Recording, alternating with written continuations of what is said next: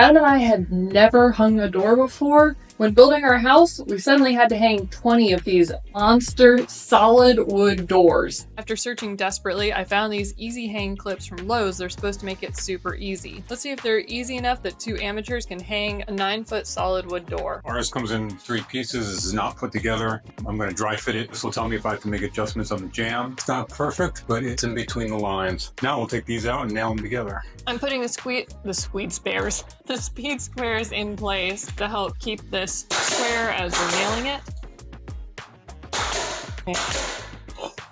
Ta-da! It's quite bowed. It's so bowed. It's been sitting too long. That's alright, we'll get it in. That should fit alright. We're gonna take it back out and we're gonna attach the easy hangs. Install brackets below each hinge, then roughly the same spacing on the other side.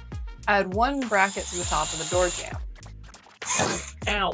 I remember this was difficult because I can't see what the fuck I'm doing. Kind of leaning awkwardly this way. Yay, that was really great. Are you ready to be amazed? Oh shit, I did it left-handed. Want a tool belt? Nope. I need no tool belt, I got pockets. Yeah, it's just got to be away from the latch hole. You're a latch hole. You're a latch hole.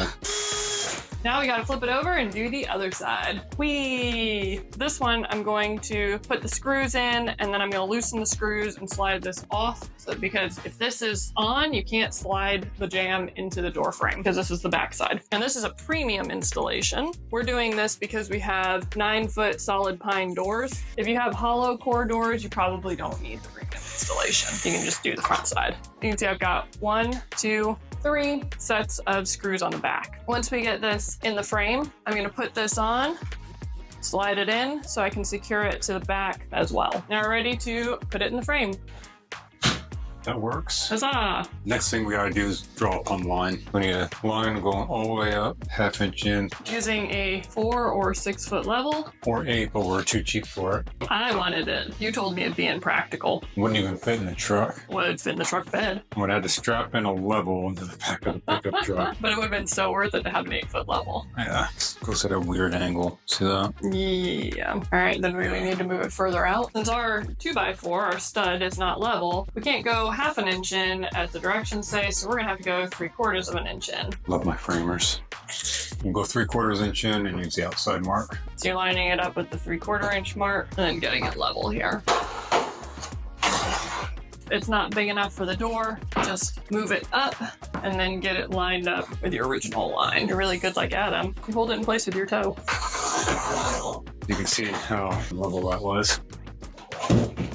It looks like I can almost get it up to that line now. It's like right on the other side of it. So I just have to do that all the way down. So the framing isn't perfect, in which case base it off the line, and then we're also going to use the level. Make sure that wherever you put it is level. Well, technically that's what these are for, so it should be good. I know, but we're gonna do it this way. So yes, technically that is what these are for, but especially since we're having to like go out a little bit, I'll make sure. Nice and level. Pull back a little bit. This is where the level comes in handy. Check the level there. It looks good. So now we're checking it front to back, make sure that it's not kicking out this way or kicking out that way. We're gonna check to make sure that the door is plumb and level at the top, square and level. If yours is not level, you may need to shim. Yeah, that's level. Perfect. Look on this side of it, make sure the bow's out. Yes, it's fine. Okay. The screws we put on earlier, gonna slip that on right there.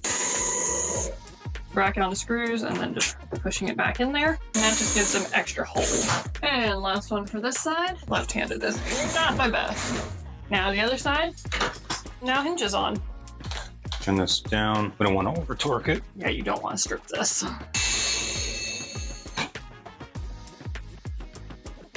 Lift it up a little bit. So we put shims underneath the door there. Got it lined up using shims. Now Adam, screw it in. We're putting the short screws that came with it in the top and bottom. And then we're gonna add 2.5 or 3 inch screws in the middle. Give it even more holds now because there's a gap between the wall and the door jamb. We're putting a shim in behind the long screw that's going to go into the can't pull the jam in. I like these shims, they're nice. Go ahead and pop it off. Yeah, there's the composite, lined composite. They're really nice. Worth every dollar. This is much easier than how you normally hang a door, but not as easy as the tutorials make it sound. If your door has trouble closing, like this, chances are this part of the door jamb might be a little too far forward. This part of the door is actually going to be hitting this, but it's only held on there with some little pin nails, so you can easily pull it back. We're going to take clamps and pull it back. And this happened with like most of our doors. First, I'm going to check and see where it's hitting. It's pretty much hitting all the way down, so. Make sure you're doing it where the nails are. I am. Otherwise, you'll snap the wood. See, there's a nail right there. All right. There we go. A friend of ours can just grab it and pull it back. I cannot do that. It does clamps. Alright, let's see if that does it. There you go. Yeah, that closes nicely now. You can see how it doesn't move one way or another. It just hangs there like it should. So it's nicely balanced. Now all it needs is a doorknob and trim. And who's doing the trim? Becky. Always.